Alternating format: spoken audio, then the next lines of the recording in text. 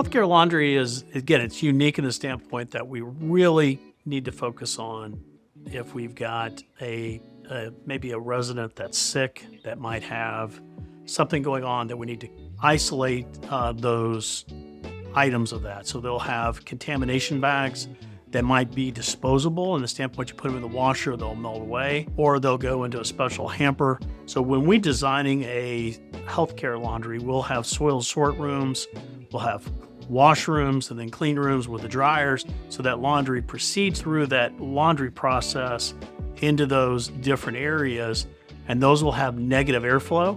So they start in the soil sort room, that air will be vented to the outside, then the laundry room of the washers are at, that will be pushed back into the soil room, which then will be vented out, and et cetera. So we have a negative airflow from the clean, dry area to the washers to the soil sort area. So air contamination, we want to make sure that the workers are gowned properly, that they're gloved properly, they have the PPE they need to, so that they're not getting sick, handling the possibility of, again, a sick patient that may have contaminated the linen, so you don't want to have that cross-contaminated.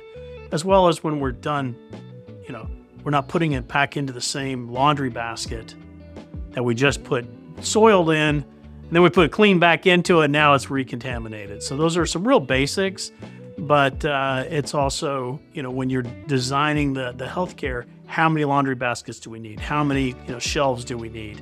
How do we design a soil sort room effectively? How do we handle the air on it? Those are all things that go into the design of a properly, designed healthcare facility.